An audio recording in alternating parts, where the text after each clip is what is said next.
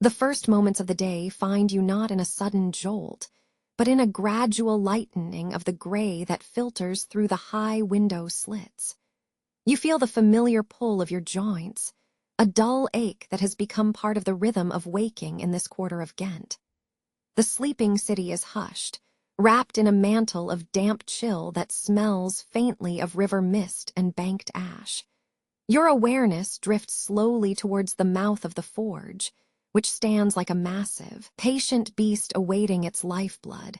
You do not need an alarm. The subtle shift in light and the persistent coolness emanating from the stone are enough. It is time to begin the day's measure. The walk toward the furnace is slow, your bare feet barely disturbing the scatter of ash and fine grit that coats the packed earth path. The cool air clings to the folds of your rough-spun tunic. You pause before the great damper, noticing the oxidized copper fittings and the stone lip worn smooth by generations of hands like yours. These simple elements speak volumes about time passing, the steady weight of continuous effort. Opening the mechanism is a ritual movement. You brace yourself slightly against the heavy wooden wheel, pulling it back with measured force. There is no dramatic hiss, only a muted sigh as the seal breaks, releasing an immediate wave of air that smells deeply complex, a mingling of cool, damp earth from underground storage and the sweet, acrid perfume of charcoal smoke banked overnight. The initial scent draws you close, deep wood smoke mixed with minerals, a smell distinct to this life. You observe how the banked ashes rest on the grate, not merely as refuse, but as potential heat held captive by the surrounding stone. They retain warmth long after the visible flames have subsided, glowing with a faint, underground blush that suggests stored energy waiting for release. This deep breath you take feels like drawing upon memory, connecting you to every smith who has stood in this exact spot before you. You turn your attention to the charcoal piles nearby, where the neighboring coopers and masons are also gathering their morning stores. They stack the logs methodically, observing how the different woods, the oak for its dense weight, the willow for its lighter burn, will contribute their unique character to the fire. It is a silent conversation about fuel efficiency and longevity. You find yourself mimicking this careful rhythm, checking the structural integrity of the logs intended for your own quench pits. Every piece must be dry, substantial, ready to donate its heat slowly. Preparing for the work means gathering tools, the long poker, the rakes made of hardened wood, the bellows that stand like a sleeping giant. You check them over, noting any minor dents or patches of wear upon their handles. These instruments are extensions of your own will. They must be reliable, responsive to the immense physical demands ahead. The sheer weight of these tools settles around you, a tangible history suggesting commitment and dedication. Such care for equipment mirrors the necessary discipline required in the craft itself. The first task is feeding the bellow's mouth with practiced hands. You draw the leather-bound sheet open, its material stiffened by smoke and time. The action requires a careful measurement of effort, not too much, or you exhaust yourself prematurely, not too little, or the fire starves. You inhale deeply, bracing your stance, connecting the breath to the physical work. It is here that the controlled rhythm begins, a foundational beat for the entire day's labor. The steady push and pull generates an increasingly audible rush of air, funneling oxygen into the heart of the banked coals. You watch the change within the furnace chamber. At first, it is merely glowing ember beneath a layer of ash, a dull orange hint.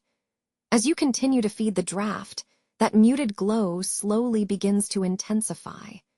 The heat starts radiating outward in perceptible waves, making the air above the forge feel denser, warmer, almost humming with latent energy. This slow, upward crawl from banked warmth to visible intensity is the core focus of your morning. You understand that rushing this phase does no good. A sudden flare wastes fuel and risks uneven cooling later. The smell shifts again as the heat builds. The sharp, metallic tang of mineral oxides released by the intense temperature mixing with the sweet, penetrating odor of burning charcoal. It is an industrial perfume, unique to the Bloomery, binding the elements of earth, fire, wood, and ore into a cohesive atmosphere.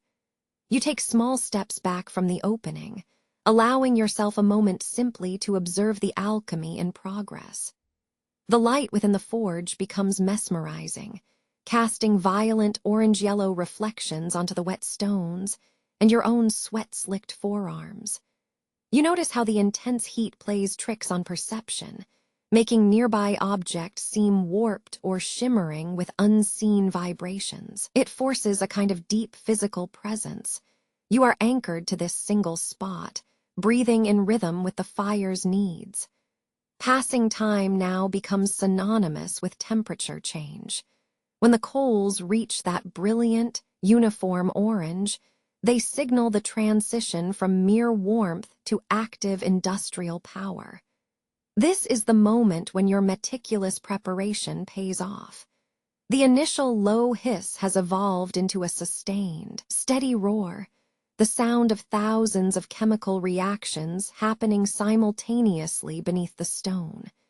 You wipe a bead of sweat from your temple with the back of a forearm calloused by years of metal and charcoal. Your body adjusts to this profound heat immersion. You learn not just to survive it, but to inhabit it.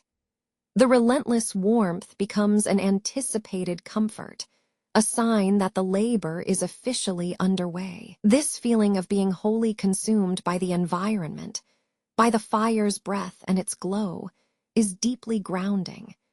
It anchors your existence entirely within the cycle of ore and flame, separating you momentarily from the concerns and sounds of the distant, living city outside this smoky quarter. The rhythm of feeding the bellows continues, becoming a steady meditation in effort. Each breath, each push, must be perfectly synchronized with the visual progression of the glowing material. It demands an expenditure of energy that is as mental as it is physical, a quiet management of momentum and anticipation. You are not merely stoking a fire. You are coaxing forth potential from rock and ash. Once the heart of the charge has reached optimal temperature, that deep, luminous heat that permeates every part of the furnace structure, you pause again.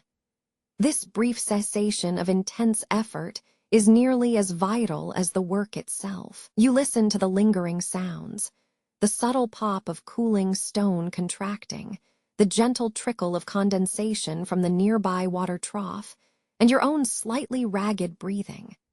The morning's greatest labor, the patient building of heat, is complete. The furnace glows fiercely, a contained sun in the early daylight. Now, with this stable foundation of fire established, you prepare for the next, more specialized phase, turning attention to the raw material itself, anticipating the draw that will define the rest of your day. You move away from the main hearth, carrying yourself with the focused weariness of deep concentration, ready to apply generations of absorbed knowledge and disciplined muscle to the metal awaiting refinement. The damp chill of the early morning clings to your rough woolen tunic, a coolness that has sunk deep into the bone despite the thickness of the wool. You move from the soot-stained warmth of the forge area towards the community yard, leaving behind the smell of cooling ash and cooled metal. The transition is subtle. The heavy mineral scent gives way to the earthy, slightly sweeter aroma of raw wood. Ahead, stacked neatly near the outer wall, are the logs, the lifeblood that will feed your fires for weeks to come. You pick up a stray corner of discarded burlap, noticing how the ground here, unlike the hard packed earth by the furnace, seems softer, yielding with patches of residual dew and finely sifted charcoal dust. The air here is cleaner, carrying only the faint, underlying tang of wood smoke and damp river soil. The weight of the logs changes everything about this walk. Each piece requires a mindful appraisal. Its girth, the darkness indicating how long it has cured in the open air, and the heft suggesting density. You reach out and gently touch several pieces at the base of the stack. The wood is not smooth. Rather, it holds the intricate scarring left by decades of seasonal weather. The deep furrows where sap once ran, the small splits that form as moisture escapes slowly into the chill morning air. These logs are not just fuel, they are measured units of time and expenditure.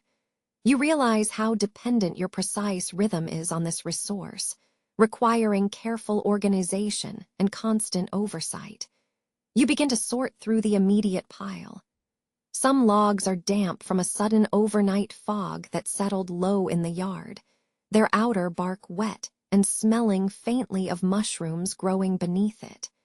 These must be moved further into drier storage or used only for preliminary heat building. Other pieces are perfect, large rounds of oak or beech, already stained deep charcoal black by repeated exposure to slow smoke.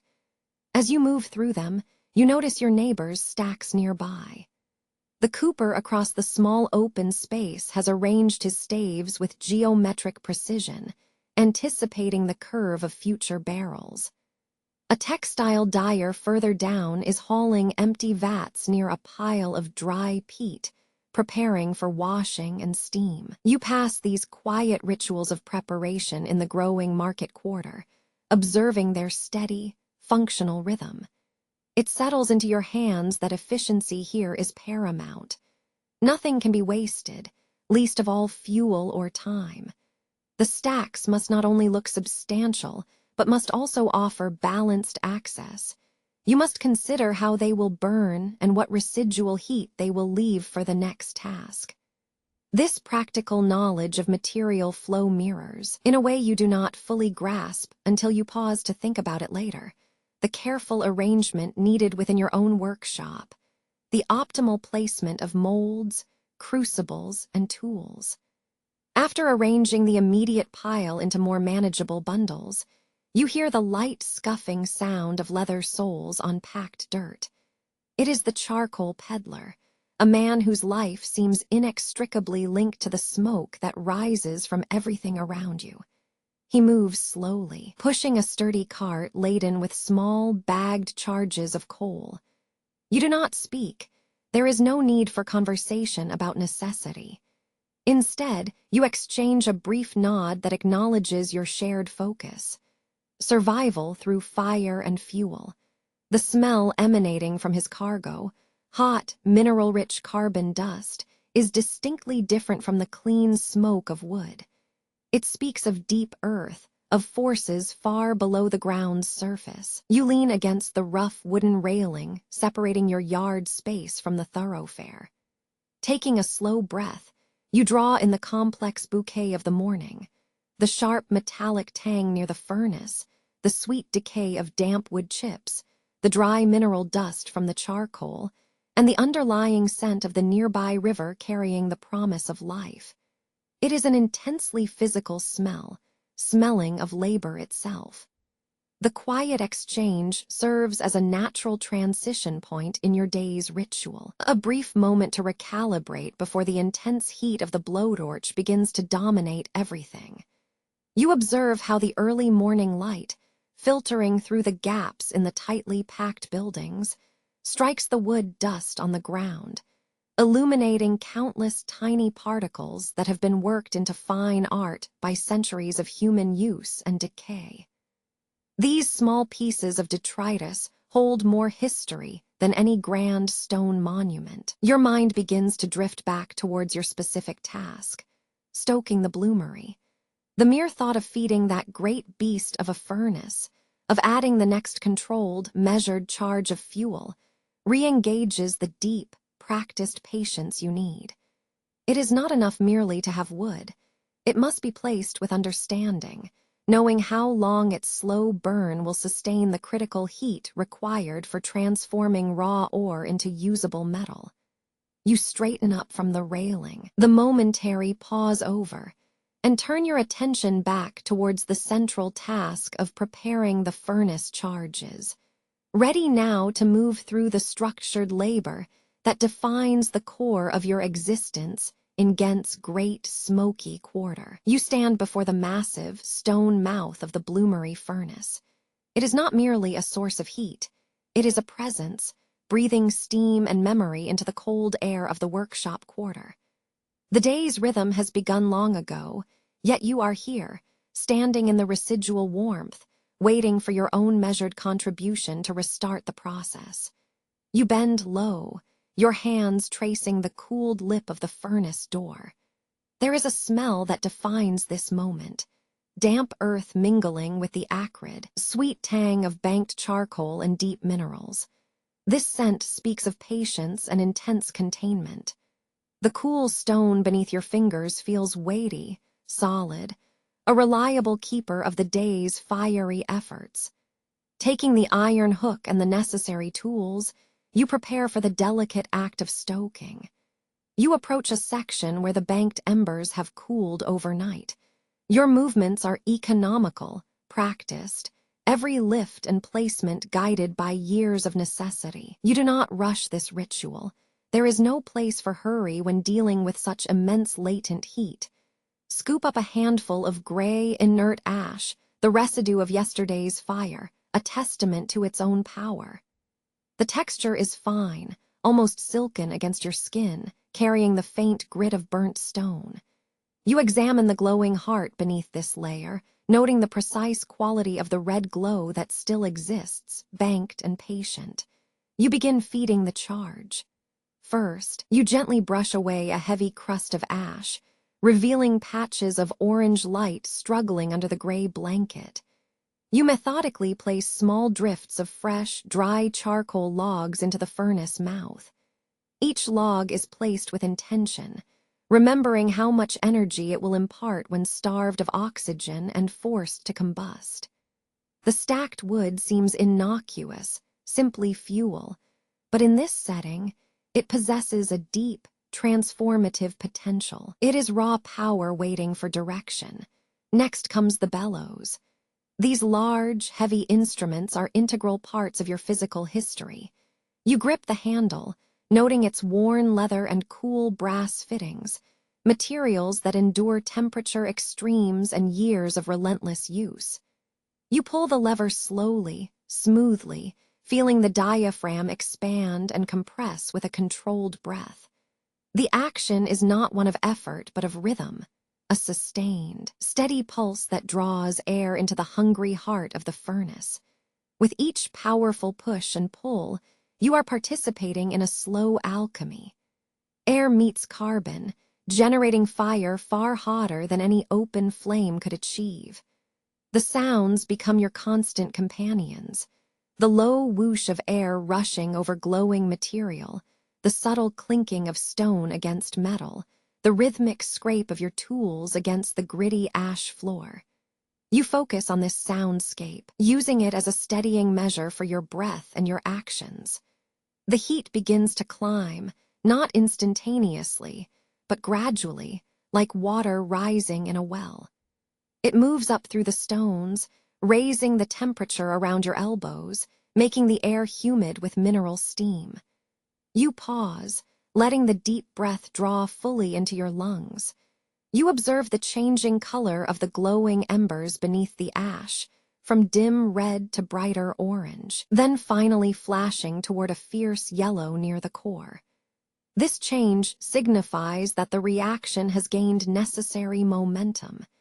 It is this precise transition you are waiting for, knowing that once the required temperature is reached, the metal itself will begin its slow drawing out. Your mind wanders momentarily to the deep dependence of Ghent on this exact process. The prosperity of your city, the textiles woven in the adjacent guild halls, even the hinges on the wealthy merchant's door, all of it depends on the careful chemistry happening within these cold, heavy stones. You are not simply a worker. You are a specialized keeper of essential resources. The heat now presses around you, thick and permeating. It is not an uncomfortable pain, but a deep warmth that settles into your muscles and bones, loosening stiffness accumulated from yesterday's labor.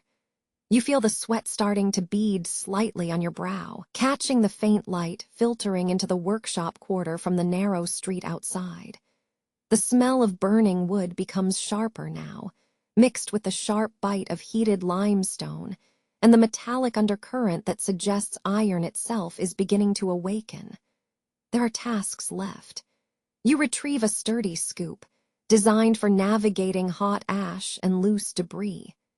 This time, your actions become less about starting the fire and more about maintaining its peak efficiency. You observe how the glowing core interacts with the newly added charcoal, the plume of smoke that rises straight up, mixing with the deeper smell of mineral combustion.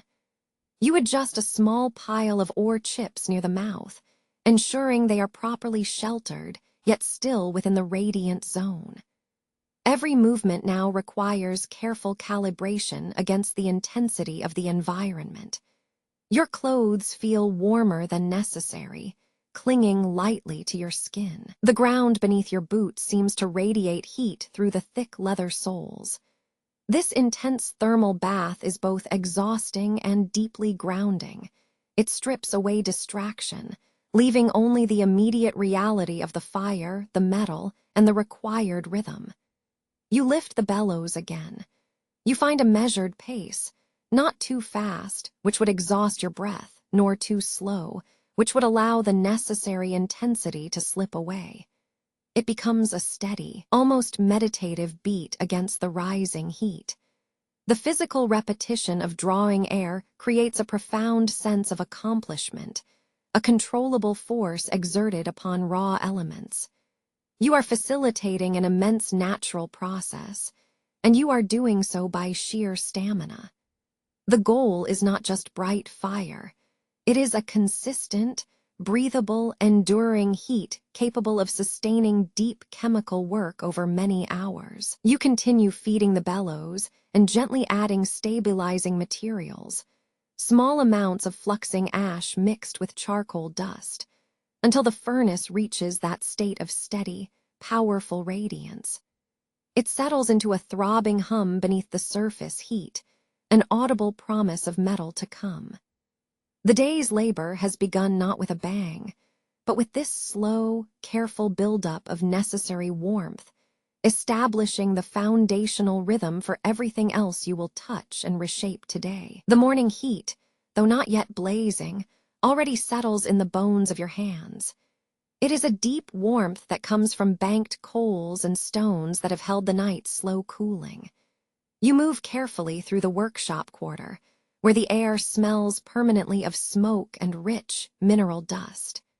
Everything here has been touched by fire. The stone floor beneath your worn boots, the sturdy timber beams supporting the low-ceilinged buildings, even the thickness of the hanging curtain of soot near the furnace mouth. You draw closer to the colossal maw of the Bloomery pit, observing the slight discoloration along its lip. It is an iron patina mixed with old ash, a history written in layers of grime. You take your time drawing back the thick wooden damper. The immediate rush of air that escapes feels cooler than expected, carrying with it a faint, earthy scent, a blend of damp soil and calcined charcoal that lingers near the earth's crust. This is not the sharp smell of burning wood. It is the muted, deep smell of something chemical, of minerals reacting slowly beneath tremendous pressure. You pause there for a moment, letting your eyes adjust to the contrast. The glowing orange depth within the pit contrasted against the pale, damp morning light filtering in from the street outside. The task at hand is not yet striking metal. It is preparation, preparing the receiving ground for the bloom that will emerge. You notice the careful way of the surrounding tools. The stout tripods holding the crucibles stand ready, their clay bodies coated lightly with dust to prevent moisture buildup. Nearby, the molds rest on wooden planks, rough shapes carved from seasoned oak, each one meant to catch a specific measure and intended use. You examine the main receiving pit itself. It is deep, lined carefully with fire-resistant slate blocks that absorb and retain heat unevenly. You run your calloused fingers along the edges of these slabs. The stone feels cool and solid under your touch, almost unnaturally so compared to the radiating warmth just feet away. There is a subtle grittiness to the stone, residues from previous forges, years of smelting dust mixed with grit taken from the local riverbed or deposits. The process demands an intimacy with the material that borders on meditation. You are observing not the iron itself, but its container, the potential space in which it will become defined. You scoop up a handful of cooled ash into your leather apron pocket. This ash is different from common fireplace soot. It carries faint flecks of metallic residue, a silver-gray dust mixed with the deep black carbonization of the charcoal that fed the heat. It speaks of transformation, of matter changing state before your very eyes. You turn your attention to the arrangement of specialized tools, a selection of tongs and hooks designed not for brute force gripping, but for precise lifting and positioning. You adjust them slightly on their wooden rack, ensuring every curve of metal is smooth and clean enough to catch the slightest residue. These items are extensions of your hands, demanding respect in their upkeep. Observing the layout of this preparation area, you notice how everything is ordered by function. The molds for plowshares sit separate from those intended for decorative hinges. The small crucibles for fittings rest near the fine files. This meticulous arrangement is a silent testament to generations of accumulated knowledge, a physical geography of craft that no book could ever teach. You kneel down beside the receiving pit, looking into its dark depths. You trace the outlines of the preparation marks, chalk lines sometimes left by previous operators, faint scars in the stone where heavy equipment has been placed repeatedly. These markings tell stories you never hear spoken: the weight of a colossal beam, the precise dimensions required for a market gate, the subtle curve needed for an ox yoke. The nascent iron bloom is not yet visible, but its potential shape dominates your thoughts. You think about the porous nature of the metal that will eventually fill this void. The cast pig iron, rich in carbon, dull and heavy, holding impurities trapped within its matrix. It is a material prone to flaws, requiring intimate knowledge of temperature and pressure to coax usable strength from it. You carefully pile clean layers of damp charcoal mixed with ash at the base of the pit, not as fuel for today's initial heat-up, but as insulating padding around the eventual cooled bloom. This layering is crucial, protecting the metal from rapid external changes in temperature that could cause sudden stress fractures. You measure the depth by eye, a practiced calibration that requires no modern tool. The entire act feels less like preparation and more like ritualistic reverence for process. The fire does not work when commanded. It works when parameters are observed and respected. Everything you touch, the slate, the wood, the tongs, must be in perfect working order to receive the strength of the subsequent strikes. There is a moment where you simply sit back on your heels, letting the smoky atmosphere settle around you. The metallic tang mixed with the charcoal smoke enters your lungs. It is a familiar scent that feels more like home than any comfortable dwelling. You watch the sliver of light-catching dust motes suspended in the heavy air above the cooling pit. These tiny specks dance slowly, undisturbed by wind, floating in the gravity-defying atmosphere of deep labor. You consider the relationship between this specialized skill and the thriving city surrounding you. The looms whisper their industry from the upper windows. The spice merchants haggle their prices nearby. They build wealth upon cloth and trade, but the foundation for that entire edifice, the hinges holding the merchants' chests shut, The iron fittings on the drawbridge, the plowshare breaking the soil, rests squarely in this smoky pit. You are the unseen pillar of Ghent's boom, a silent custodian of fundamental materials. The coolness of the prepared stone is a necessary contrast to the fire you know will be built above it. It gives you a brief moment of stillness, a psychological quiet before the physical outburst of heat. You check your oil skins for tears and smooth them out on the nearby workbench. They must withstand not just moisture, but intense, prolonged heat. Slowly, methodically, you begin positioning the final tools into place, ensuring that every weight and dimension is exactly where it needs to be, ready for the energy of man and fire to transform careful readiness into hard, shining permanence. The air in the workshop has grown thick with it, a weight composed of spent charcoal smoke and oxidized iron. It clings to your tunic sleeves and settles deep into the folds of your clothing. You stand near the anvil, its face scarred by countless impacts, noticing how the gray patina seems almost part of your own skin now.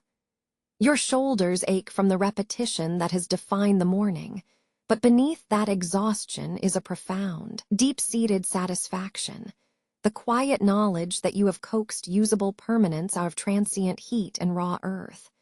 You wipe the sweat from your forearm with the back of a glove. The iron dust catches in the grit, leaving faint streaks against your skin. Before the intense percussion began, there was only rhythm. The steady breathing into the bellows, the controlled feeding of fuel, waiting for that critical moment when the material held just enough inherent strength to yield. Now, though, the initial roughness is wearing off, replaced by a predictable cadence, the song itself. You lift the hammer again, feeling its balanced weight settle comfortably in your palm. The metal piece rests on the anvil's hardened face, glowing with an angry, stubborn orange glow that seems to absorb the weak light filtering through the high smoke window. Its porous nature is still visible. You can see where micro-fissures have formed during the initial draw and folding. The first strikes are never easy. You bring the hammer down not with all your might, but with intent, a focused downward thrust that transfers power into pure shockwave. The impact rings out, a sharp, clear clang that seems to define the whole quarter for a moment. This sound echoes off the high wooden beams and off the packed earth floor, a sound unique to this place of craft. You watch closely as the metal yields, slightly flattening, drawing itself along the grain you are guiding it towards. It is a reluctant response, heavy and stubborn under the blow. You take a moment after the strike. The heat washes over your exposed skin instantly, making your eyebrows bead with sweat. This rising temperature forces you to slow down, simply breathing in the hot, acrid scent of burnt carbon mixed with mineral salt. You notice how the rhythmic pattern affects your mind. The counting of blows becomes a quiet meditation, a steady metronome against the natural rhythm of your own heart.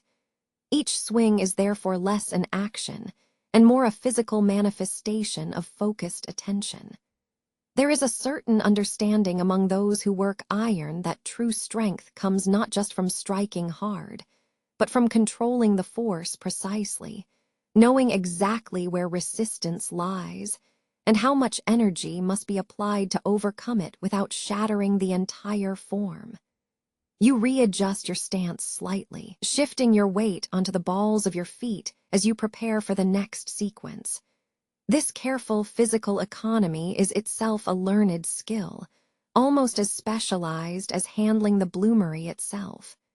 The piece remains warm in its slight depressions on the anvil, a dull, malleable river of iron waiting to be pulled into something useful. You consider the object's ultimate destiny. Perhaps it will become a hinge on a wealthy merchant's chest. Maybe it will harden into a blade for a local farmer's plowshare. It does not matter yet what its final form is, only that your hands are able to guide its potential toward existence. You lift the hammer again. The The strike this time feels slightly deeper, transferring energy not just through impact, but through vibration. A shuddering force that travels up your arm and settles into your wrist bones, a satisfying, deep hum. You are learning to speak this language of metal, translating muscle memory into material change. This process, you reflect, is why the guild rules are so strict. It demands respect for both the material and the craft itself. A hasty blow or an incorrect angle can waste precious minutes and valuable resource. The iron now appears slightly brighter in spots, reflecting the coal's fierce glow beneath it. You observe the texture, rough where the initial stress was great, smoother in the areas you have drawn out with repeated passes of force. This difference in surface sheen is not merely visual. It speaks to the material's resilience and how well its structure has absorbed the shock. After several methodical blows that draw the iron into a more defined shape, a thick cross-section, perhaps for a robust bracket or fitting, you cease your forceful impacts. The initial work of raw shaping is done. Now begins the work of refinement, a quieter process that requires less brute strength but more careful placement and finesse. You shift your attention to the edge of the piece. Using the smaller, sharper hammer and perhaps a specialized punch tool, you begin to draw out subtle lines, defining corners or smoothing curves. This movement contrasts sharply with the powerful vertical falls before.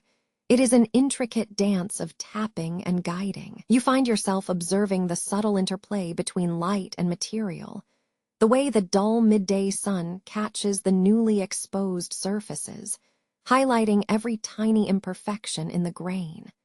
This meticulous phase reminds you that even the strongest objects require attentive care. The village needs plows for the ground, but the merchant house needs fittings to keep its secrets safe. Both rely on your capacity for focused detail. You trace a knuckle-sized curve with your hammer tip, making minute adjustments, always checking the surrounding surface to ensure the force is spread evenly and does not create unexpected stress points. The air has cooled fractionally now that the most volatile heat has been worked into the metal itself, leaving behind only residual steam and a profound warmth. You sweep away the immediate flakes of iron scale from the anvil face with a sturdy brush. The act is cleansing, both physically and mentally, marking the transition from violent creation to measured completion. A thoughtful silence settles over the workshop as you assess what remains, the imperfect scraps next to the carefully rendered object. It is here, in the aftermath of force, that the true measure of skill becomes apparent. Knowing when to stop striking and merely allow the metal to rest under your careful inspection. The heat from the previous strike still clings to your skin, a fine film of sweat and soot. You set the heavy anvil down gently on its stone bed, listening to the residual sigh of cooling metal. Your muscles feel deep with the ache of controlled force.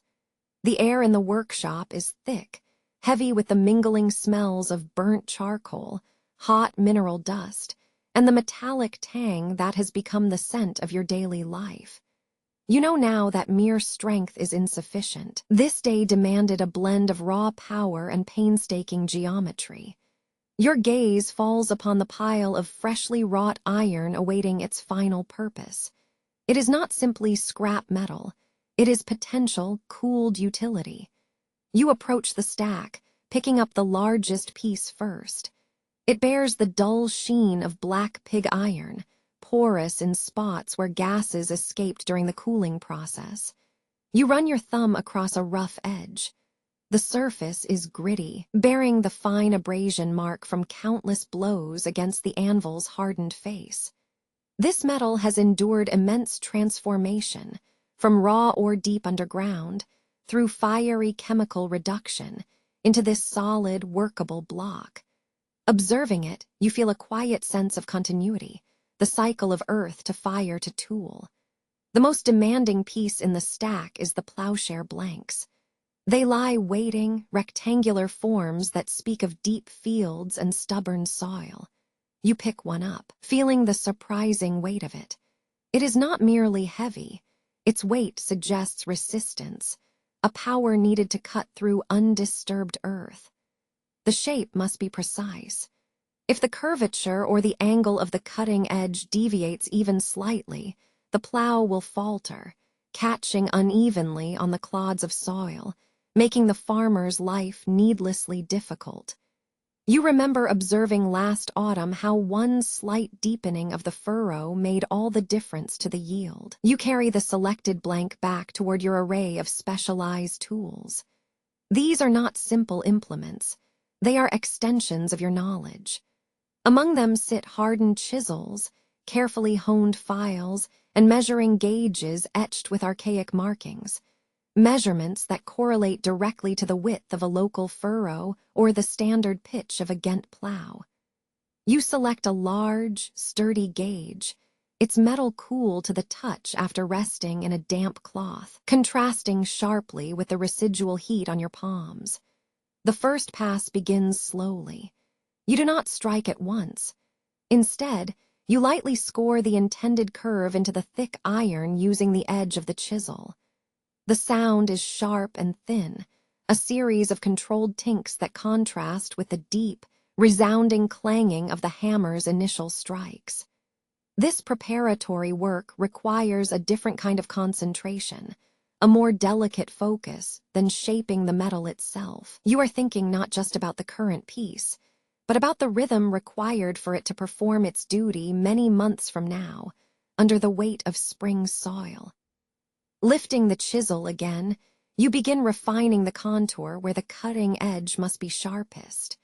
You angle your body slightly, finding the optimal position that allows maximum leverage. The metal yields reluctantly, a crystalline friction audible only when you are close enough to hear it. Each shaving pulled off by the chisel represents a minute correction of theory into practical reality. You pause often, turning the share over in your hands, examining its profile under the varying quality of light filtering through the workshop shutters. This period of fine-tuning is deeply contemplative.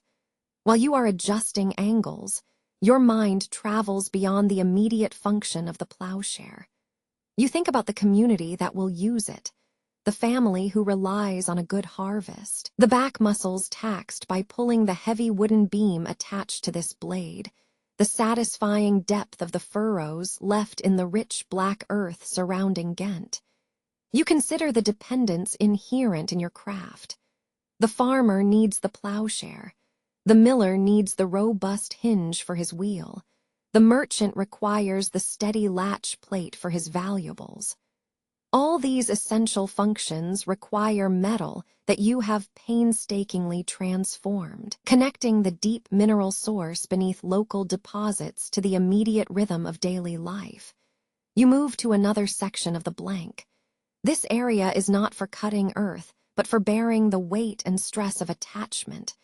The mounting points where a wooden yoke will attach or where a leather strap will anchor. Here, the curve must be robust, capable of enduring years of strain without fracturing. You switch tools, using a file that has teeth worn smooth by countless uses. The rhythmic screeching of steel on iron begins, almost musical in its monotony, filling the temporary silence left by your earlier strikes. The texture of the metal under the file is fascinating. Sometimes it feels brittle, hinting at internal flaws from the furnace's cooling process, and other times it is surprisingly resilient, solid as a bone. You run your fingers along the surface after filing, feeling for those subtle imperfections, the uneven swell or minute groove that signals a future weakness. It teaches you to anticipate failure.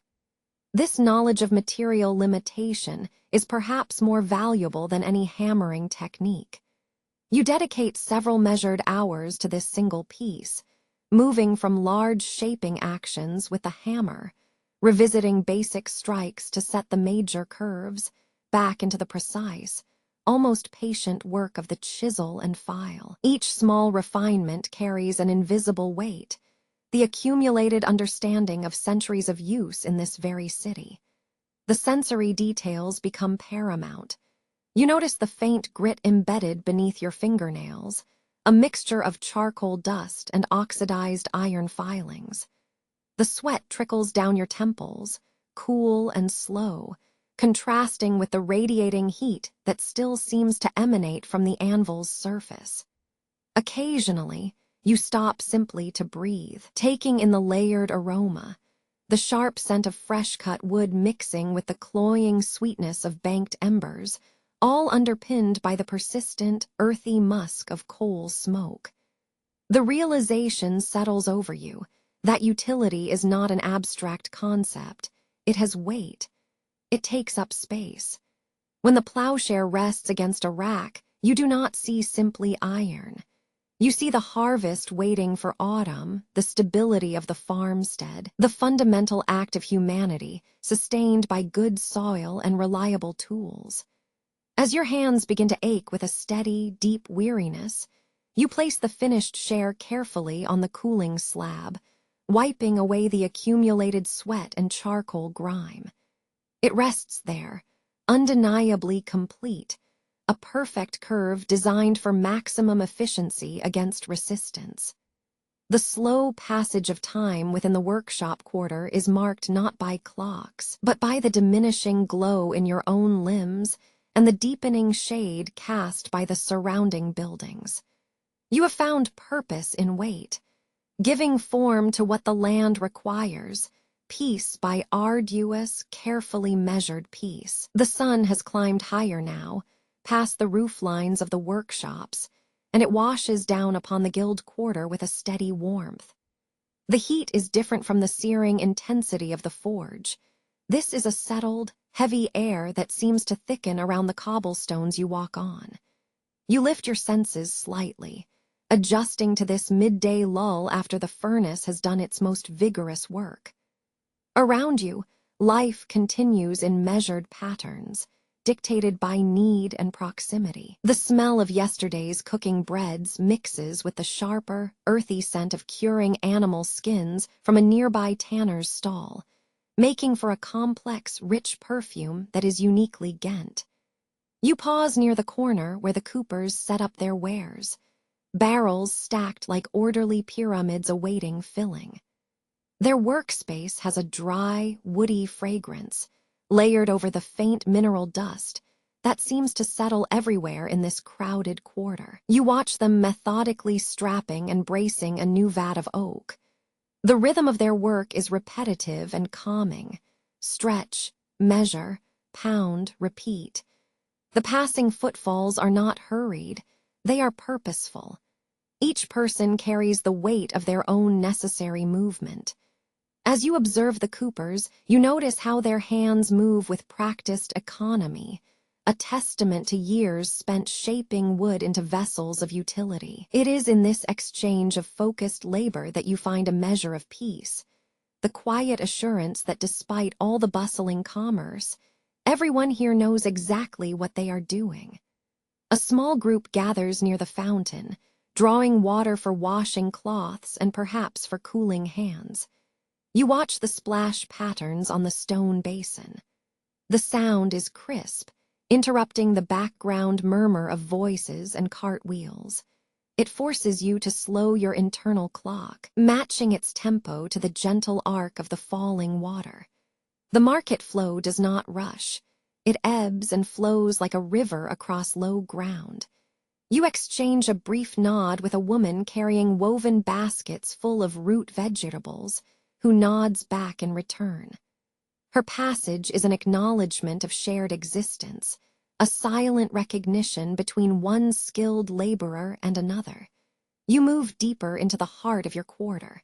The air here carries the subtle, metallic whiff that always clings to your clothes, a scent composed of burnt charcoal, oxidized iron, and human sweat.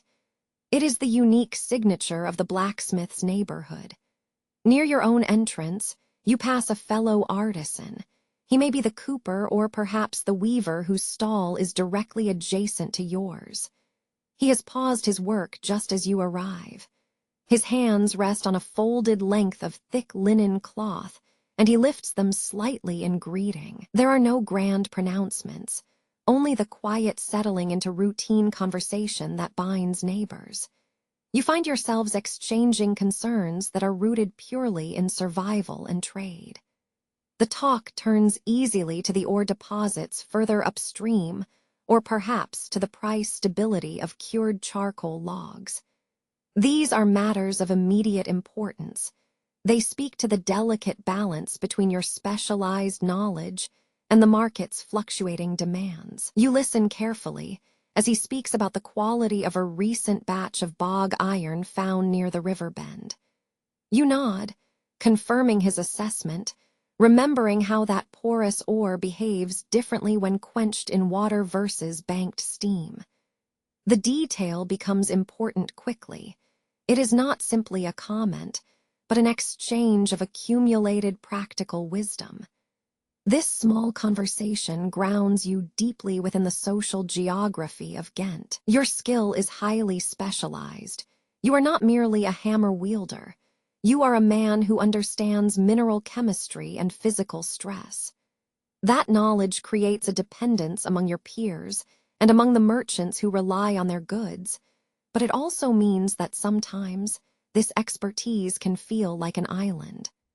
While speaking with him, you notice how his eyes occasionally flick over to the fire pit area near your workshop door. There is a shared, unspoken understanding of the labor contained within, the intense heat, the disciplined force required. It is a form of mutual respect reserved only for those who live by physical craft. He mentions that the demand for fittings seems steady this month, particularly the latches and heavy hinges required for the wealthy merchants' expanding warehouses. Your mind immediately begins to catalog these needs: brass inlay points, specialized stress testing designs, different curves for various types of timber doors. You mentally track the weight and dimensions he describes, adding them to a running tally of possible commissions. This exchange is not merely idle talk. It is the quiet calibration of your professional life. It confirms your value within the dense ecosystem of the city. The cooper needs stable access to fittings for his new barrels. The textile merchant needs robust anchors for heavy looms, and you need consistent supply lines of specialized materials. As the conversation finally drifts apart, perhaps with a call from a passerby, or simply because the natural ebb of the market has pulled people in other directions, you feel a settling within your own focus.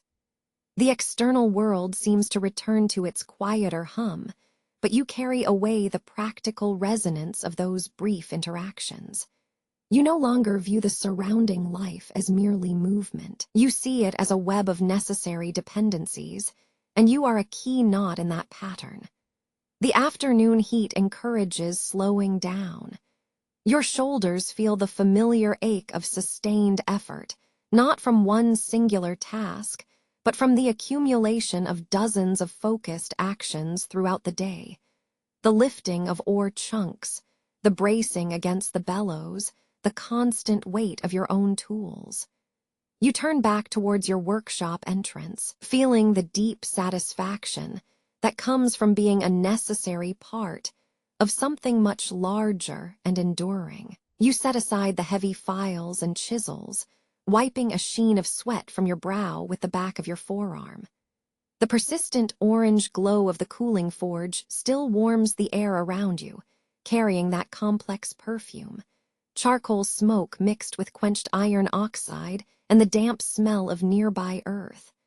You have moved away from the grand utility items, the hinges designed to bear heavy wagon doors, or the mighty plowshares meant to cut deep into wet Flemish soil.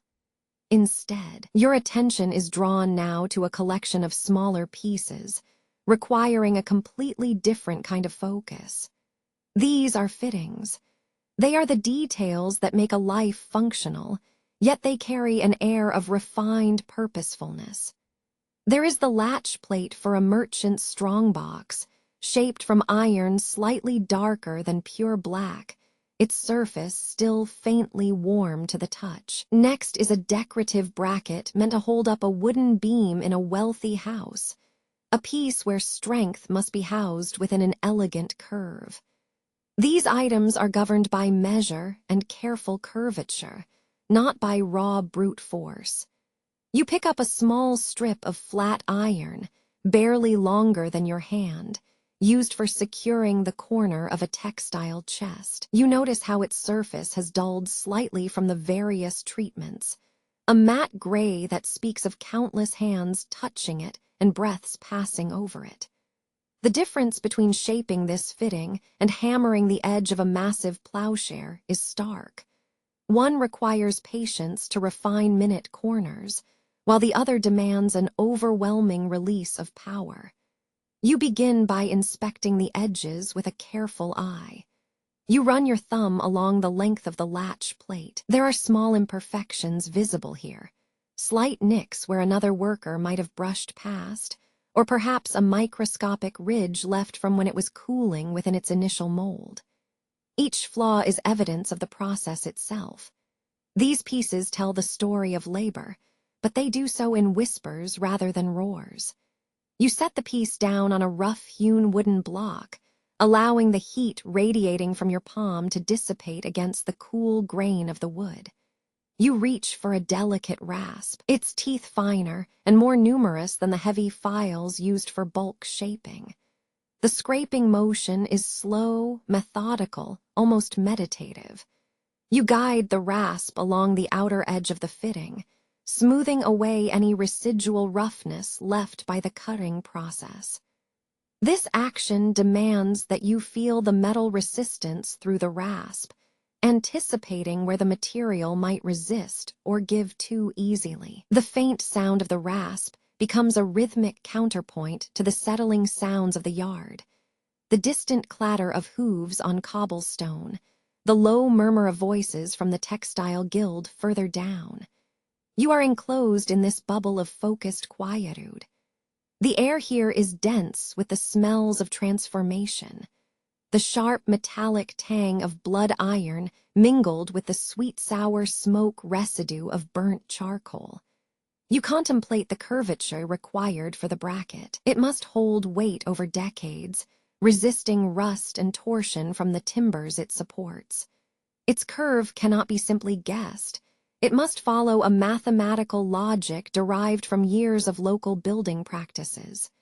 You lift a chisel, its polished steel handle cool in your grip, and examine the profile marked on the curved piece. The lines etched there are not merely decorative, they map out structural integrity. Using the tip of the chisel, you make an initial shallow scoring cut along one defining line. This is not shaping yet. It is verifying. You are asking the metal where its natural break or stress point lies. The resulting fine sliver of iron dust falls onto the wooden block, mixing with ancient specks of coal and ash, a tiny accumulation of spent energy.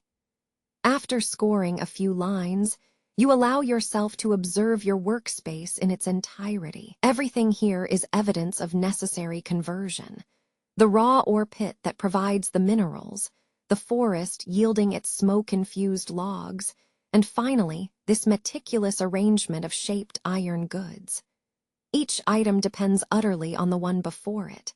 When you transition to a new fitting, perhaps a hinge for a small wooden cooper's barrel top, the change in scale is almost startling. Previously, you were wrestling with mass. Now, you are respecting fragility and detail. The gap between required strength and desired aesthetics must be bridged perfectly by your touch. You dip the smaller files into the shallow bowl of water nearby to clean dust from their teeth.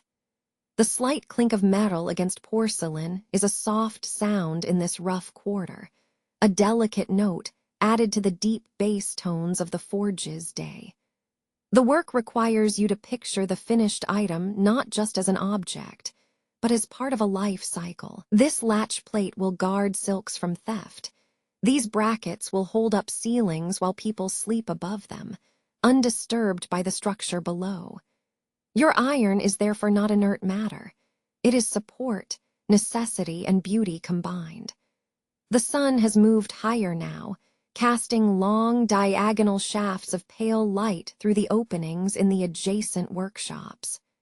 The dust motes dance visibly within these beams, suspended particles catching the diffused golden glow. You notice how this indirect illumination highlights the subtle, varying shades of your work. The richer charcoal black of the untreated sections, next to the slightly burnished gray of areas cleaned with oil and sand. You pause, resting your elbows on the cool edge of the workbench. Your mind settles into a quiet rhythm dictated by observation. You think about the sheer duration required for this specialized skill. It is not simply the ability to swing a heavy hammer. It is knowing how long to file, when to rest the metal heat in an oil bath, and which direction to scrape the rasp to achieve the perfect planar finish without sacrificing structural integrity. This careful work on fittings brings you back, gently, to the core understanding of your life here in Ghent. You are a custodian of permanence. While textiles change hands and fashions fade with the seasons, the necessary things, the simple latch, the sturdy hinge, the functional bracket, require iron that must last longer than any human memory. This metal speaks of endurance. With one final pass of the rasp across the corner edge of the chest fitting, you hear a satisfyingly smooth whisper of friction. The piece is ready. It has transitioned from raw material, through brutal fire and powerful force, to a state of quiet completeness, awaiting its useful life in the hands of another merchant or craftsman. You stack the finished fittings with deliberate care, creating an orderly array of necessary perfection. You set the finished, precise fittings aside, their metal surfaces having lost the violent heat of your hammers. They rest on a rough-hewn wooden block, catching the diffused light filtering through the dusty panes high above your workshop. Your attention shifts now to the remaining forms, the scraps, the flawed pieces that did not achieve perfection. You gather them slowly, arranging the offcuts near an overturned bucket, not as junk, but as material for observation. These fragments are inherently different from the polished plows and delicate latches you spent the day perfecting. They speak of process, of moments when the plan deviated or the force was imperfect. There is a certain gravity to examining what failed, the metal that did not draw cleanly or cooled too quickly, forming weak seams. You run your calloused fingers over a piece of cast iron scrap. It is porous, riddled with small pinholes visible only when the light hits it just so. These holes are not merely flaws. They are records of gas trapped during cooling, witnesses to the slow chemistry that had to occur deep within the Bloomery pit hours before. They remind you that even strength requires a gradual, controlled surrender to chemical law. A neighboring piece shows signs of uneven grain. An area where the hammer's strike was perhaps too perpendicular, leaving a slight bulge or weakness in the crystalline structure. You lift it, turning it over and over, feeling the subtle difference between solid density and structural compromise under your fingertips. It is a quiet study of imperfection. You recall that the ore itself, drawn from the local deposits, always carried certain mineral inclusions, tiny flecks of slag or unbonded earth caught within the iron matrix. These particles are not only visible on the surface, but embedded deep inside, requiring immense effort to refine out during the forging process. They are constants in your labor, reminders that even the simplest metal piece has a complex and varied origin. The smell emanating from this pile of scrap is different from the fresh-cut scent of coal or the sweet smoke of curing charcoal. It is a dry, mineral odor, heavy with cooled earth and spent heat, the scent of material potential that was not fully realized.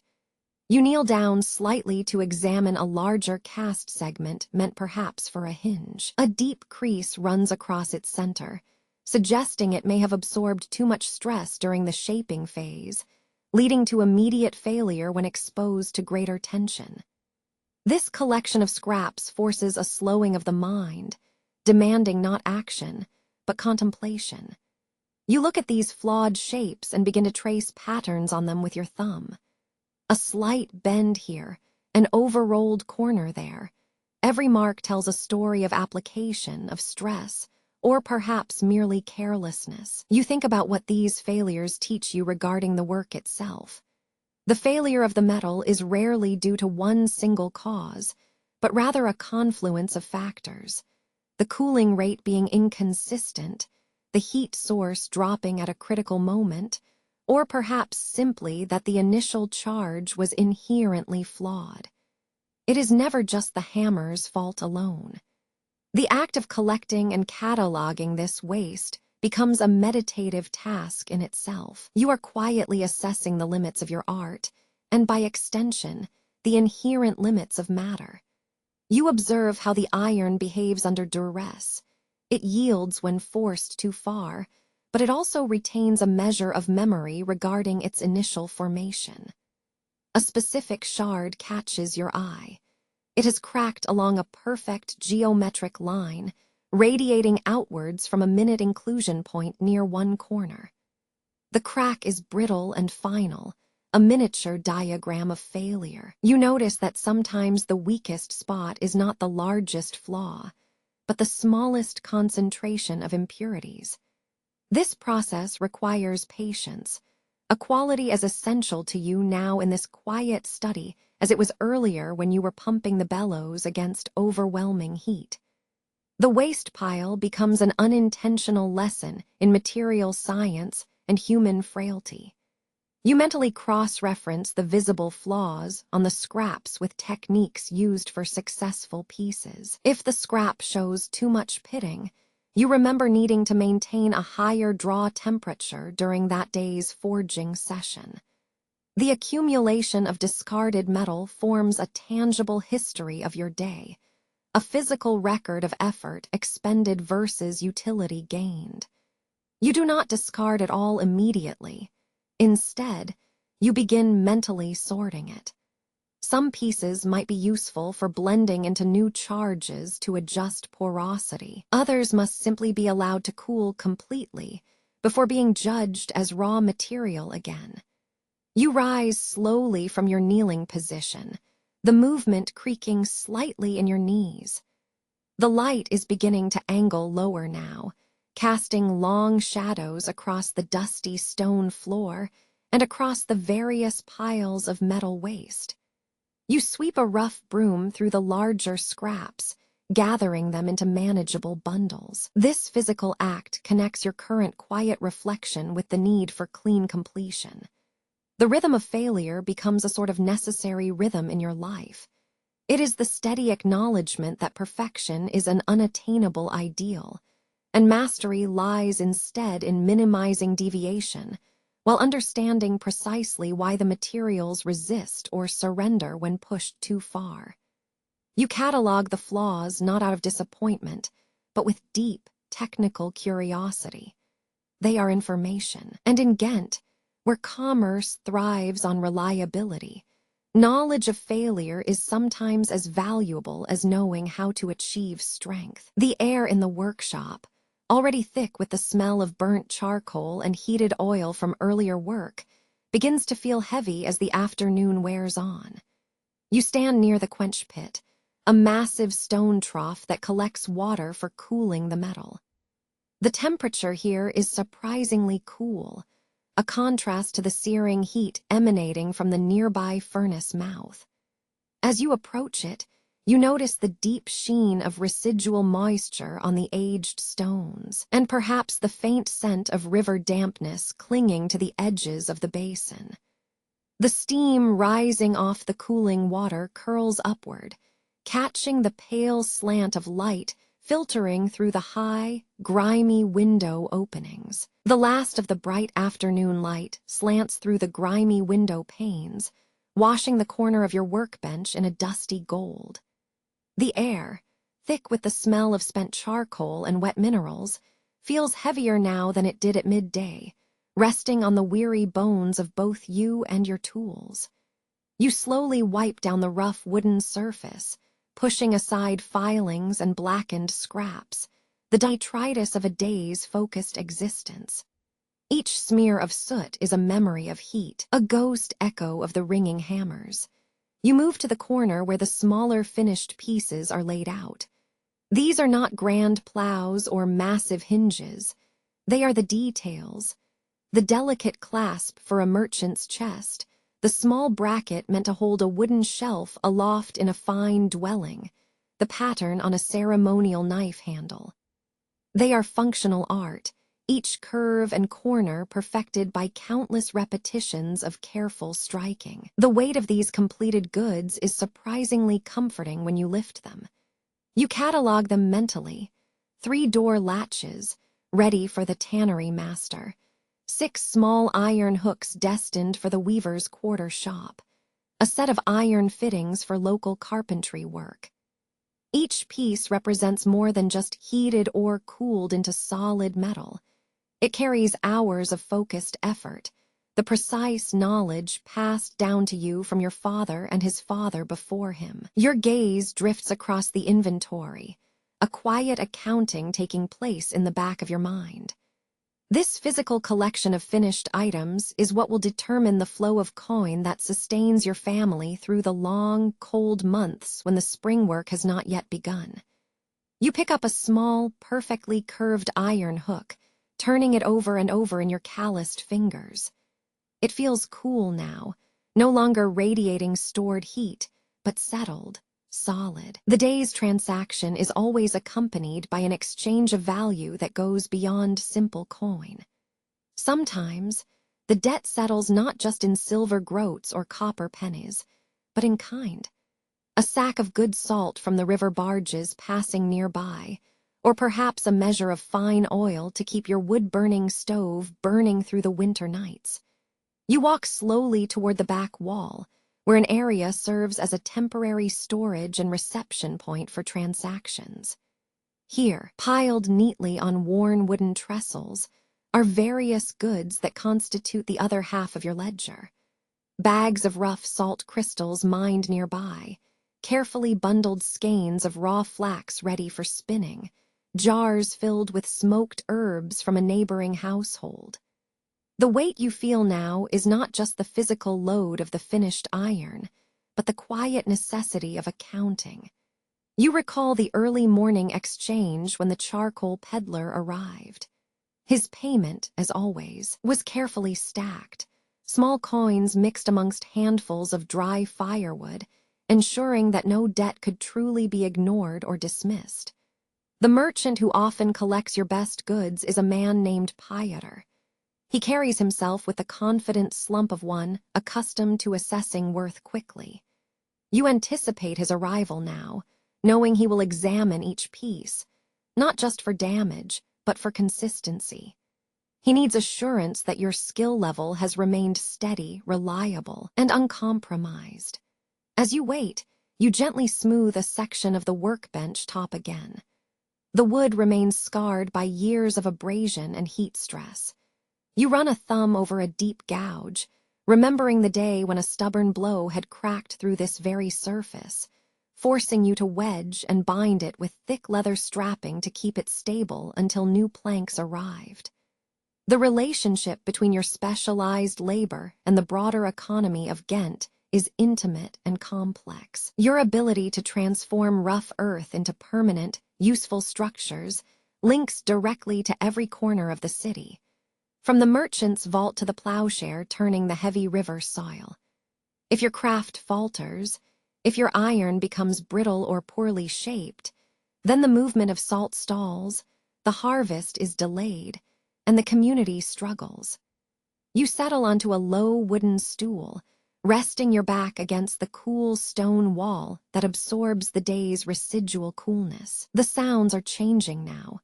The sharp clanging of hammers has subsided, replaced by the softer sounds of everyday life.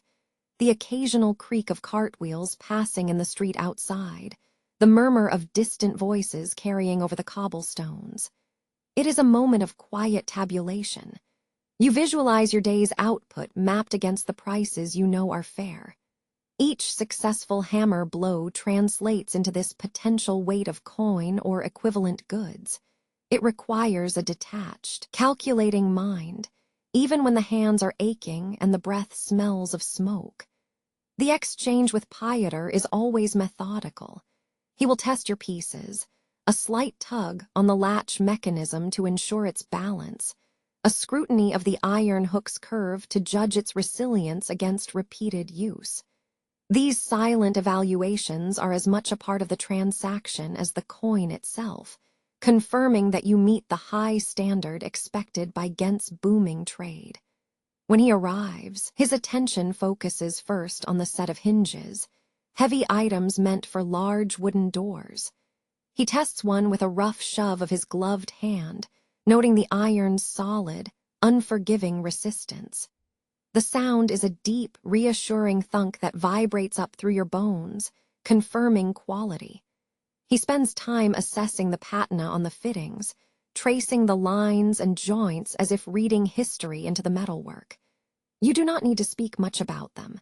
The quality speaks for itself. Your practiced reputation precedes you, giving weight to your silence. The understanding is mutual. His prosperity relies on your enduring skill, and your sustenance relies on his steady demand. The collection process unfolds slowly, deliberately. Coins are placed into a leather pouch that rests against the counter, their weight noticeable even before the clasp secures them. You observe the varying metals, the dull sheen of copper versus the distinct gleam of silver-plated brass components being attached to iron fittings, a quiet study in the value and scarcity of different elements. This accumulation of physical goods and currency is what anchors you, allowing you to look past the immediate heat and strain of the day and visualize the rhythms of life ahead. It is a grounded satisfaction that no grand battle or swift, courtly gesture could ever replicate. Your permanence, derived from simple iron and steady rhythm, proves its enduring worth in the complex theater of urban commerce. You watch as Pieter's assistant begins gathering the stacked bundles. The day's work is done, but the mental tally remains, settling deep within you. The quiet knowledge that your mastery over basic elements sustains the lifeblood of this thriving city. The day's fierce heat has finally withdrawn, leaving a profound stillness in the workshop. You observe the way the lingering smoke hangs in the air, drifting lazily from the cooling forge mouth and settling like gray dust upon the stone floor. It is not the abrupt silence of midnight, but a heavy, saturated quiet, the kind that holds the scent of burnt charcoal and cooled iron. You move through this residual atmosphere, your movements becoming notably slower, each step placed with intention on the flagstones worn smooth by centuries of passing labor. The great anvil remains settled in its corner, no longer radiating palpable heat, but retaining a deep warmth beneath your fingertips, a memory of the fire. Your first task is not urgent, it is simply necessary. You begin with the scraping of ash. The sweep takes up its rhythm, a gentle scrape against the grit and dust mixed into the stone floor. The ashes are different from the fresh deposit at dawn. They are remnants, a fine, dark gray powder mingled with fragments of spent charcoal and tiny flakes of oxidized metal. You watch them accumulate in the corners, evidence of hours spent transforming raw ore into enduring shape. Each pile speaks silently of the physical exertion of your arms, the controlled violence of the hammer strokes. As you sweep, you notice the patterns etched into the stone floor around the forge, a faint trail where decades of soot and ash have guided feet, marking a path less visible than the metal itself. Next, attention turns to the tools themselves. The heavy tongs, left resting near the hearth, are slick with grime and traces of oil. You pick up the largest hammer, feeling its comforting heft, recognizing the familiar contours of the polished oak handle that has absorbed the sweat and warmth of countless days. It is a weight that feels like an extension of your own forearm, reliable and steadfast. You run a dampened cloth over the surface of the anvil and the tongs, wiping away the sticky residue of quenching oils and mineral dust. This act of cleaning is almost ritualistic. It is not just preparing for tomorrow, but acknowledging the instruments through which you have lived and worked today. The smell changes slightly as the moisture hits the soot, a sharper, cleaner scent of damp stone mingling with deep metallic tang. The cooling process requires care, a meticulous attention to detail that contrasts sharply with the brute force of the hammering. You inspect the spent charcoal bags, brushing away loose dirt and ensuring they are stacked neatly near the back wall. The remnants of your fuel supply must be accounted for. Today's energy is now stowed away, awaiting the cycle to begin again. You move toward the forge mouth once more, where the banked coals rest like a slumbering beast. Carefully, you rake aside the last pieces of spent ash from the fire chamber floor. The coals remaining are not dead, merely diminished. They hold a low, orange pulse deep within their depths. It takes delicate probing to ensure they have fully cooled, and that the embers are stable enough to sustain life until dawn. There is a slow, methodical rhythm to this entire cleanup process. Sweep, wipe, stack, check. Each small motion slows your breathing, bringing you into an immediate state of mindfulness. You feel the slight ache in your lower back from standing for so long, the satisfying fatigue in your forearms that speaks not of weakness, but of profound engagement. Looking at the arrangement of your workspace, the gleaming tools, the stacked materials, the embers waiting patiently, you see a quiet monument to industry and survival. It is a place of permanence built entirely from temporary acts of human effort. The metal you worked with today, whether it was the plowshare destined for the fields or the small, intricate hinge for a merchant's chest, has been given a new life by your specialized knowledge. You reflect on this transformation, taking soft ore and hardwood fuel, applying sheer physical force guided by generations of learned patience, and emerging with something that will last longer than the breath you take right now. This is the quiet permanence that defined your life in Ghent. You move to the hearth area again, fetching a small bucket of water mixed with an alkali solution used for neutralizing mineral deposits. You carefully douse the deepest pockets of ash around the furnace base. The slight hiss as the chemicals react against the residual minerals gives the only significant sound break. This is not preparation for work. It is settling down after the heat. While you are knelt there, performing this quiet cleaning ritual, your thoughts naturally drift to the deeper connections between man and material. The ore deposits nearby that fueled this whole endeavor. They required human ingenuity to be accessed and processed. They were given a second purpose by the fire and by your skilled hand. The knowledge of how iron behaves when quenched, how it resists bending under specific stresses, or where it will crack if overheated, is not merely technique. It is an accumulated form of local wisdom, a secret language spoken between man, fire, and metal. The workshop quarters in Ghent are tightly packed, a maze of workshops and homes built against one another. You think about the neighboring coopers who live above them, their rhythms dictated by wood expansion and contraction, and the weavers whose lives were bound to the patterns of colored wool.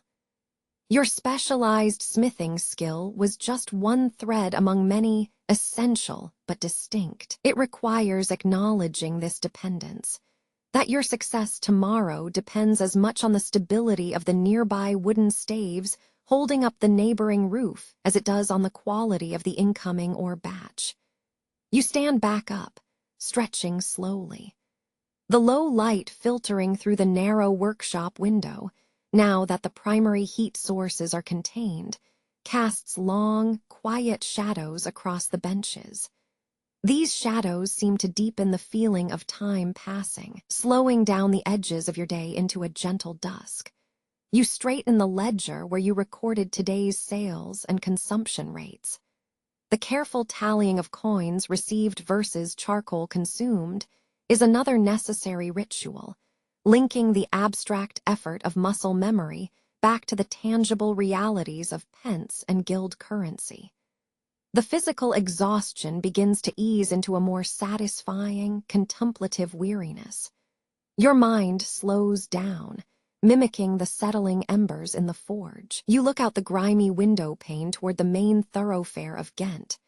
The sounds are different now, less the urgent bustle of transaction, more the meandering murmur of evening residents starting their journey home. It is the sound of things ending, and at the same time beginning anew.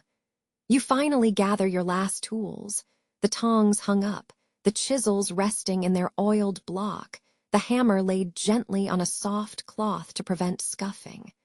Everything is put back precisely where it belongs, every implement returned to its structural corner.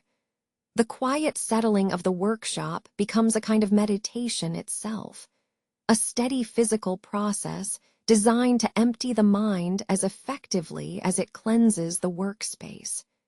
You leave nothing unsettled. Everything must be ready for the necessary passage of the night and the violent renewal promised by the rising sun, drawing you back to the rhythmic song of the bellows. The weight of the day seems to lift gently from your shoulders as you leave the glow of the forge.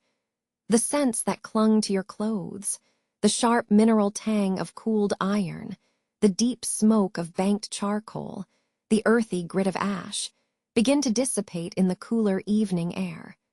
You walk toward the common house, leaving the methodical clatter and faint heat behind the narrow stretch of cobblestone street where the smithies cluster. The buildings here are pressed close together, a dark, solid wall built up over centuries, breathing out the occasional whiff of stale smoke mingled with dinner herbs. The journey back is slow. You notice how the afternoon sun, low in the sky and beginning its final descent toward the western canal, catches dust motes suspended in the air. They drift down slowly, miniature particles illuminated against the deep tones of aged wood and rough-hewn stone. The sounds you hear are no longer the sharp, percussive symphony of your trade, but the lower hum of a community settling into its nighttime rhythm. Distant voices carry on the cool breeze, perhaps the splash of water from the canal basin, or the muted call of a street vendor wrapping up their wares. At home, the transition is profound. The rough-hewn wood floor and packed earth scent of the communal meal hall feel immediate and comforting compared to the grit and ash of your workshop. You help gather the remnants of the day's cooking, a coarse bread still warm in the basket, root vegetables cooling on a wooden bench. Your hands, accustomed to the intense heat and jarring impact of steel, move with a practiced gentleness over these softer things. This simple domestic rhythm is a deep contrast to the fierce chemical reactions you managed hours before. You sit at the long trestle table where your family or closest neighbors have gathered. The meal itself is humble, built on necessity. Thick slices of dark bread spread with lard, stewed beans, and perhaps some smoked fish if the local catch was good that day. You eat slowly, deliberately. Every bite requires a gentle chewing and thoughtful attention, allowing the warmth of the food to counteract the persistent chill that begins to settle in your bones now that you are removed from the heat source. The conversation is not about tensile strength or proper draw angles. It drifts over the slow rhythms of life outside the smoky quarter. Someone speaks quietly of the rain falling further upriver, how it might affect the coming harvest, and thus the price of grain at the market gate. Another recounts a story from the fields, of the oxen that balked before the newly turned earth, or the way the rye grew thicker than usual on their southern plots. You listen, absorbing these narratives not as entertainment, but as vital information. These are stories of survival, rooted in the cyclical promise and peril of nature. The narrative of your life here, your specialized skill with fire and iron, is always framed by this wider context. The plowshares you shape today were intended for those very fields whose fortunes are discussed over your shared meal. Your hinges would secure the granaries holding that harvested grain. You realize, quietly, how deeply dependent the whole weave of Ghent's prosperity is on the humble weight and structure of the earth, mediated by men like you. The conversation subtly shifts toward the guild. Sometimes a neighbor will mention a decree from the master craftsman or the local guild council. These discussions are not dramatic. They concern things like proper measurement standards, the required length of a beam, or the acceptable thickness of a bracket, or perhaps a shared complaint about the dwindling quality of ore found in the nearby riverbed deposits, forcing greater reliance on distant supplies. You feel the ingrained knowledge within you, the specialized understanding that sets your craft apart. You know that merely wielding force is insufficient.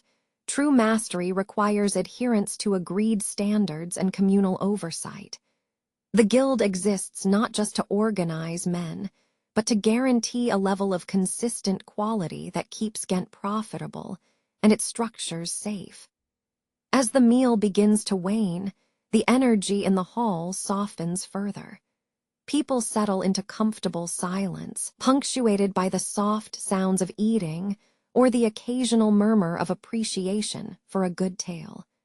You find yourself observing the faces around you, the deep creases etched around their eyes from years spent exposed to the elements and smoke, the steady weight of shared history that rest on their features. These are the marks left by the passage of time, just as the wear patterns on your tools record the journey of metal through fire. The quiet reflection becomes a meditation on permanence versus transience. The iron you work with achieves metallic permanency. It does not wither or fade in a season. It is designed to last generations. Yet, the people around the table, the smells that define this moment, and even the sturdy stone walls themselves, are continually adapting, weathering away, then being rebuilt upon the foundations of what came before. Someone, perhaps an elder neighbor whose voice is raspy from years of smoking wood fires, begins to tell a story. It might be a tale rooted in the distant past, of Ghent under different lords, or when this very section of cobblestone was laid down. The details are hazy, mingling local lore with genuine historical memory. You listen to the rhythm and cadence of the voice, realizing that these stories are simply another form of material preservation, just like your finished goods. These evening gatherings serve a purpose beyond mere companionship. They reinforce the collective identity, a slow, steady reassurance to each other about the enduring life of their city, anchored in the reliability of their skills and their mutual reliance. You remember the satisfying thunk of the tongs on the cooling metal. That weightiness is replaced by the gentle warmth of shared memory. The stories are intangible, harder to measure than a plowshare's width or a latch plate's thickness, yet they sustain the spirit with equal necessity. As the night deepens and the embers in your own hearth dwindle, mirroring the glow in the forge, you feel yourself growing steadily calmer. The physical tension of the day, the sustained effort required to beat Bloomery iron into useful objects, finally unspools from your muscles. You process the knowledge gained not just from the ore and the fire, but from the oral tradition around your table. You make a silent mental catalog. The wood needed tomorrow, the specific grade of charcoal required for that new merchant fitting, the structural integrity of the local mortar mix you'll need to observe in the morning. These tasks are interwoven with the fabric of human life, the ability to speak stories, share bread, and remember one's origins. The quiet rhythm of your existence settles into this slow, deep cycle, from the initial heat and labor of creation, through the practical exchange at midday, to the reflective calm of the evening meal. You settle in for the night, feeling not just the exhaustion of the body, but the profound, quiet satisfaction that comes from participating so fundamentally in the enduring lifeblood of Ghent. A thread woven not with gold or silk, but with smoke, sweat, and perfectly shaped iron. The scent of the cool evening air hits you first, carrying away the deep, smoky perfume of the forge. It is a noticeable change, a transition from the intense, primal heat to something softer and cooler, layered with the smells of wood smoke that now linger faintly in the clothing of those passing by. You find yourself walking slowly through the narrow passages of your quarter, streets carved between ancient timber buildings that stand shoulder to shoulder like silent witnesses to centuries of craft. The last flickers of daylight are draining out of the sky, replaced by a deepening blue and soft gray that seem to absorb sound. You walk without purpose, simply allowing your feet to carry you through the labyrinthine alleys of Ghent. The cobblestones beneath your worn boots feel different in this low light, less solid than they did under the midday sun, more yielding. You notice the way a slight incline causes the air to shift and carry the distant, muffled scent of river water mixed with waste.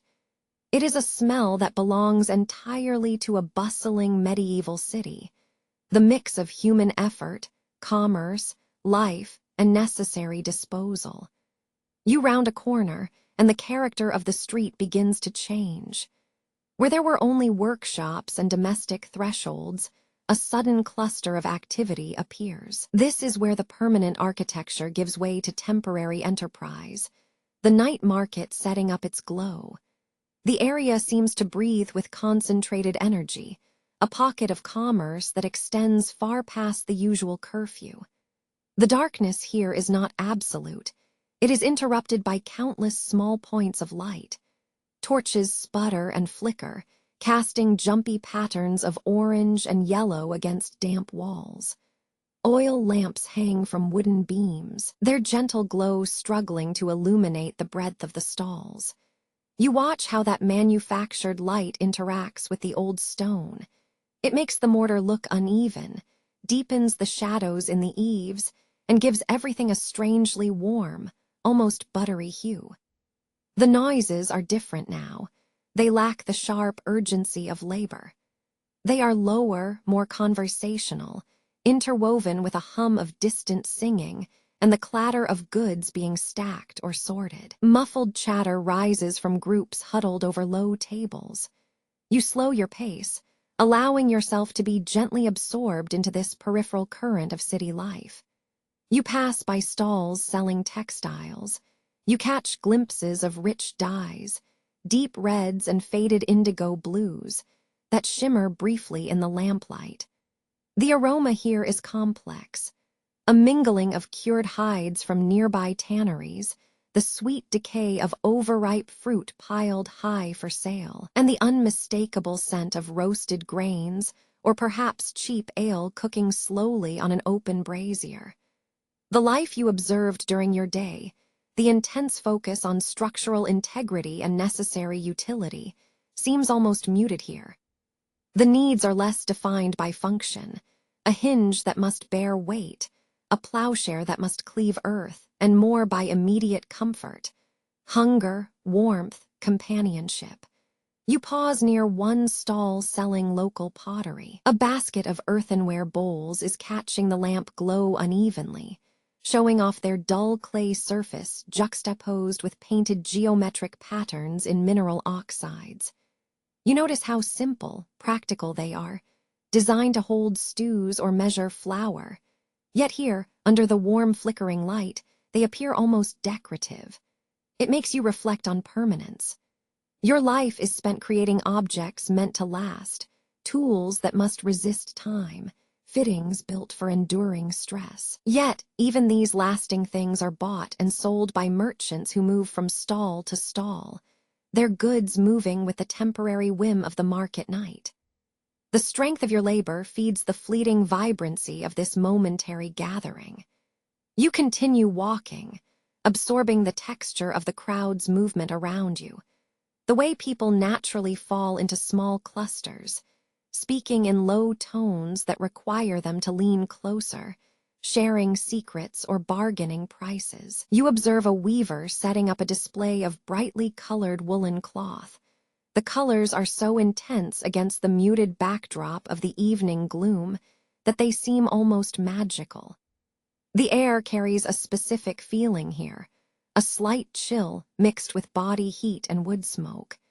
It is the comforting, slightly intoxicating scent of a thriving populace unwilling to surrender to the quiet peace of night.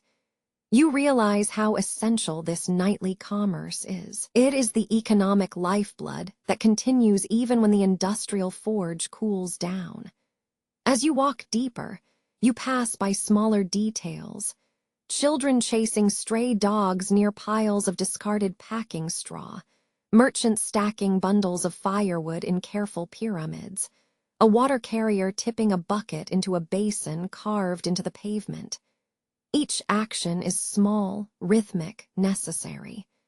There is no grand drama to any of it, merely the persistent, quiet hum of people simply continuing life. The initial feeling of exhaustion from your long day starts to lift slightly, replaced by a reflective weariness. Your specialized skill, so vital and intense within the walls of the forge, is revealed here as one small thread in a vastly complicated tapestry of city survival. You are not merely a man who hits metal. You are part of the network that feeds the pottery stall, supports the weaver, and enables the child to run freely. You find a quieter passage now, winding away from the main thoroughfare of the market glow. Here, the lamps give way completely to shadow, and the sounds become more subdued, just the occasional clack of cart wheels passing by on rough ground, or the drip of water from an unseen gutter. The street suddenly feels private again, echoing only with the sound of your own measured footsteps. You stop for a moment, turning slowly to look back at the glowing heart of the market gathering. It is like watching a captured sunset, vibrant and temporary. You inhale deeply, drawing in that mixture of coal smoke, faint spices, wet stone, and humanity. This sensory snapshot remains with you, the memory of the contrast between metal's enduring permanence and life's beautiful transience. The rhythm of your breathing slows down, matching the gentle ebb and flow of the late hour. The metallic discipline required in the forge has transitioned into a thoughtful patience, an observation of patterns, the pattern of light giving way to dark, of labor ending only for rest, and renewal